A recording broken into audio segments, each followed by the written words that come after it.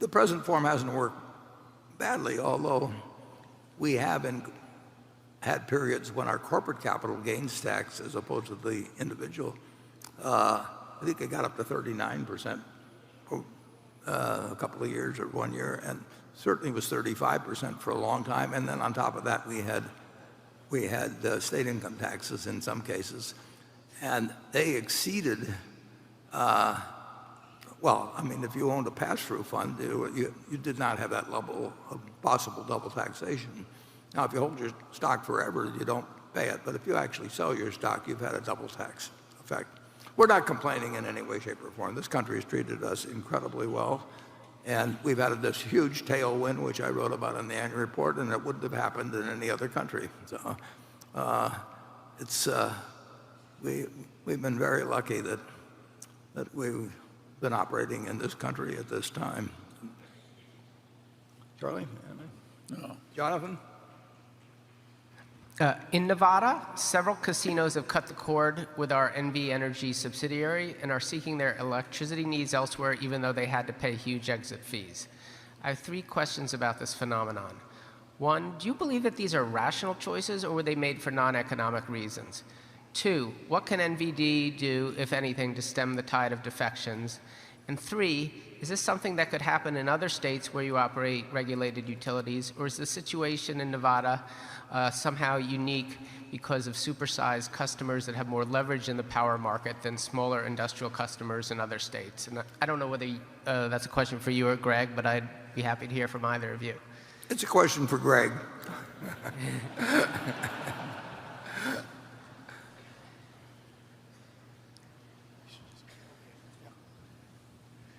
Thanks, Jonathan. So just for everybody, I think they heard the question from Jonathan, but we've owned the utility there for approximately 5 years. When we inherited the utility, we knew it had some fundamental issues around its customers. The relationships were really strained from day one because they'd had a history of continuing to increase rates, and they really weren't delivering renewable energy or meeting the customer's needs or expectations. So we knew we had some challenges there. As we sit here today, we've had 5 customers leave our system. Those customers still use our distribution services. So the only thing we do not provide them is the power. So we have lost an opportunity to sell them power, and we've lost the associated margin on that. And we were disappointed with that. We do recover, substantial fees, as you noted. How the commission looked at it was, well, you'll lose this customer. We'll give you effectively 6 years of profit on that, and by then you should have grown back into your normal load. And actually, it's a fair outcome. Our load is higher than it was relative to when those customers have left. So we've grown through that, and it's consistent with their belief. The fundamental issue, and you've touched on it, why are they leaving? There are economic reasons for them leaving. And the fundamental reason is in year 7, they no longer bear sort of the societal costs that are being imposed by the state. They don't have to bear the costs of renewable energy. They don't bear the costs of energy efficiency. And they viewed it as sort of the time to exit out of that model. We do have a variety of legislation that's going to levelize the playing field. We've had a number of customers that announced they were leaving now have entered into long-term agreements with NV Energy. And I really do believe our team has the right model, which we're much more focused on delivering a great value proposition to our customers. So it has to include price, but equally we're building substantial renewable energy there now. And long-term, our team will deliver a great proposition to them, and I think that and NV Energy will prosper in the long term. We're going to be happy with it as a long-term investment. Thank you. Greg, could you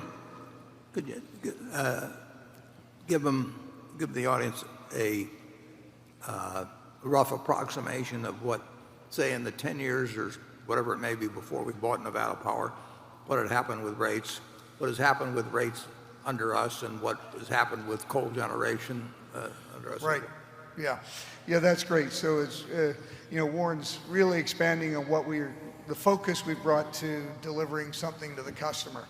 So if you'd looked at the prior 10 years, they pretty much had a rate strategy that every second year their rates would go up sort of by the cost of inflation.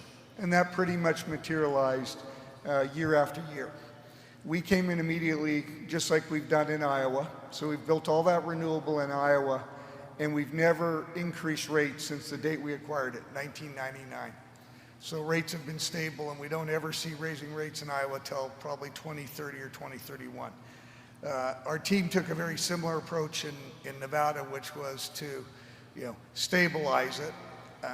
So rates are down probably 5 to 7% since we've owned them, so we haven't had rate increases.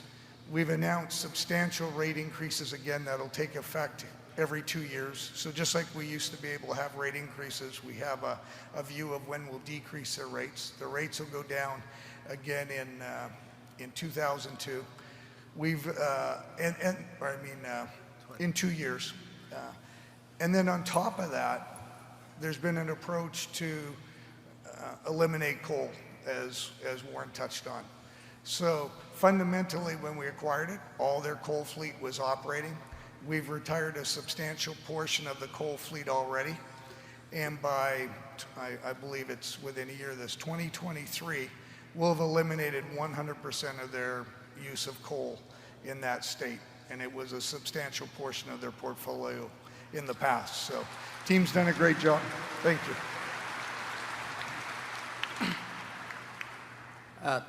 Charlie, have it? No. Station 5. Yes, hi. My name is Aaron Lanny. I'm a portfolio manager at a company called Medici out of Montreal, Quebec. My question is actually for Todd and Ted, if possible. So according to Warren, you lag slightly behind the S&P 500 since joining Berkshire. So what recent changes, if any, have you implemented to increase your odds of beating the S&P in your respective stock portfolios over the next 10 years? Yeah, I'm not sure whether Todd or Ted are here, but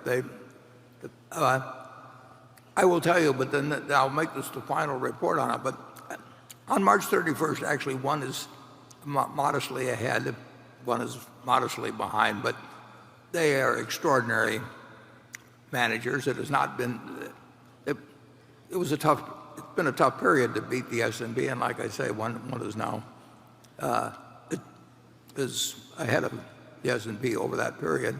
One's modestly behind. They've also helped us in just all kinds of ways. What Todd has done in connection with the medical initiative we have with J.P. Morgan and Amazon. I mean, I don't know how many hours a week he's worked totally on that. The things they brought to me, what Ted did in terms of the home capital group, where we have essentially, in a major way, we stabilized a financial institution that was under attack and experiencing runs in Canada, and he did the whole thing. I heard about that on a Monday, and on Wednesday we put an offer before the company, and previously to that they probably had dozens and dozens of people combing over them, and meanwhile they were struggling, and it was remarkable what he did, and I think it's appreciated in the Toronto area. So we are enormously better off because the two are with us, and while we have that measurement, like I say, I'll just put it this way, they're doing better than I am anyway, so if you ask me to report on them all the time, I'll have to report on myself all the time, and I'm not, that would be embarrassing compared to how they do. They're very, very smart. They've been smart with their own money over the years. They've been smart in running other people's money over the years, and they've made us a lot of money, but they made it during a market where you'd have made a lot of money in the S&P as well. Charlie? No, I'm fine. Okay. Becky? This question comes from Lidor Zloof, Yossi Zloof, and Dan Gorfung of Israel. And they write to both Mr. Buffett and Mr. Munger, do you think that Amex's share of mind is enough to win the credit cards race? How do you see Amex's competitive position now compared to the past, and who is the most threatening competitor now compared to the past? Yeah, everybody's a competitor, and including now Apple that has just instituted a card, I guess, in conjunction with Goldman Sachs. Everybody, there will always be, in my view, many competitors in the business.